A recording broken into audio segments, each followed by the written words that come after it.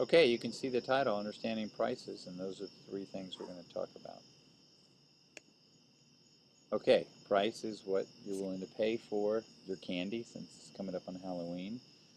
The price will depend on how much candy there is and how many people want it, which is why you can charge more near Halloween, or price of flowers always goes up near Valentine's Day. Okay, and these are the basic rules. When demand goes up and supply remains the same, you can increase the price. When demand goes down and supply remains the same, the price goes down. So they are, price and quantity are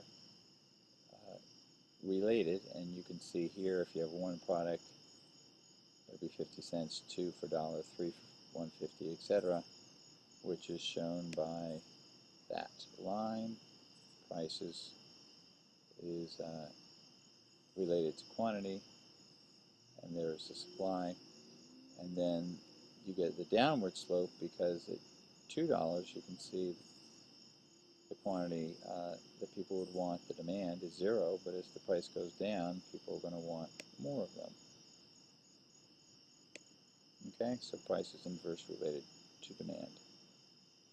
Okay, so these all answers kind of are the same. If California has a freeze that kills lots of lettuce, that means less lettuce for the same number of people, so the price goes up. If the government runs a 3-day campaign to drink more milk, assuming the supply remains the same, then the demand will go up and the price can go up, but the price for other products, drinks that people were eating then might go down if, assuming people are drinking the same. If fewer people want to become teachers, then to entice people to become teachers, they're going to have to increase the starting salary. And you can hold it and look at the other ones. Okay, so the conundrum for a business is to determine what is the equilibrium price, the maximum price people will pay for the quantity being purchased. And this is a tough one. So I think my daughters like one edition, the boy band, that was on X Factor, and before they were on X Factor, if you bought their songs, they would have been, according to this, much cheaper because fewer people were buying them. And given the same supply on iTunes, if we could limit iTunes, the price has now gone up because people care about them. So what goes into determinants of supply? The cost. Think about it, it's a lot cheaper to sell a song on iTunes than when I was a kid and was buying a record or a tape. And that's because of technology. But that doesn't necessarily mean the profit's better for the artist. I think it's lower now than ever before, in part because Apple takes such a huge chunk out of the market. There's also for products that are, say, being imported, that's going to increase the price, which might hurt demand. And so that's why you got car companies, for example, foreign car companies that have shipped their factories essentially to the United States. They're run by the people of the nationality of the car company, such as Japan, but the people working there are American. Depends on the price of other goods produced that are like it or could substitute for it, and it depends on the number of people who are selling it, which the more we have selling, obviously, the cheaper it's going to be. Okay, so which brings us to substitution of goods. Most people who like Coca-Cola will not drink Pepsi. I'm one of the Coke people. Most people who like Pepsi will not substitute Coca-Cola. So this is what we call fairly inelastic demand. There's nothing, well, I could have a orange Fanta, but beyond those two, I'm not happy. However, toothpaste, really don't care if I have Colgate Crest or something else. I think that's true of other people, so it's very elastic, meaning I can be bent easily to trying something new. Okay, so which brings us to determinants of supply. How much, we just did this slide, sorry. Which brings us to determinants of demand. What's the income of the consumer? There used to be Tom's toothpaste, since we're talking toothpaste, which is more expensive. I think it's still around, actually. Well, that might be for people who can afford who make more. What are people, consumer preferences? I hated the taste, so it didn't matter if I made more than others. I just didn't like it. Depends on the number of people in the marketplace. We have more people around the world who are buying toothpaste, so that's going to help Colgate and Crest and even Tom's. And depends on the future expectations. Will we continue to have more people buying toothpaste? Toothpaste, by the way, has only been around 90 years. People didn't use any clean before that. Okay, so what happens to Godiva chocolate? It's a very expensive chocolate.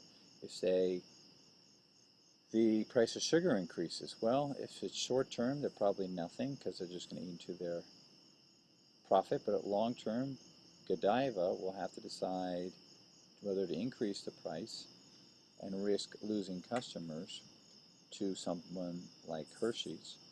Or if Hershey's goes up, can the Godiva go up? Because then that'd make Hershey's more on the par with Godiva, which, as I said, is more expensive.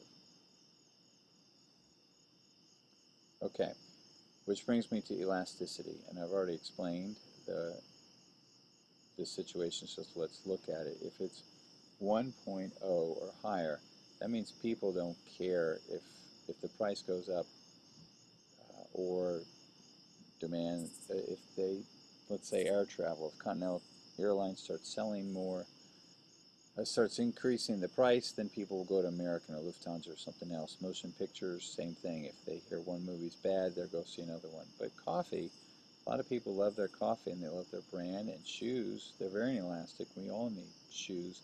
Medicine is probably the most inelastic. You are willing to pay for medicine, especially when you're sick. And there's just simply no substitution. So the question is, how do you get the differential? It's quantity divided by change. Quantity divided by change. So you have the quantity 100 million goes down to 85, so that's negative 15.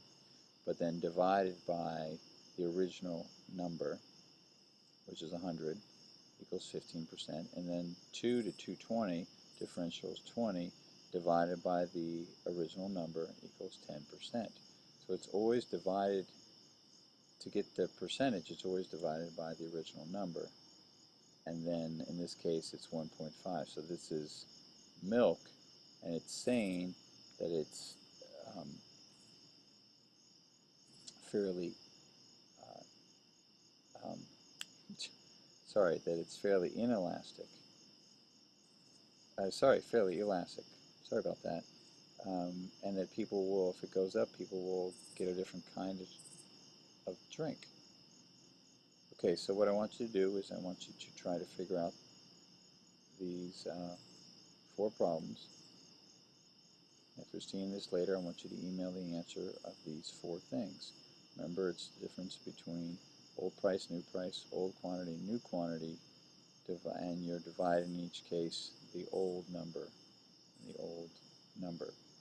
So 5 divided by 25, 60 divided by 100, and this number on top of that number, okay? All right. Now, last thing we're going to do today is government-imposed price controls. We do have some prices. Medicine, for example, there is a limit on certain medicines and how much they can be sold. There is also, like price floors, how much you get paid. There's a minimum wage that this country can do, for example. And the more a government imposes ceilings or price floors, the more it's leaning toward communistic, and the less it does so, the more it's leaning toward capitalistic. And that's it.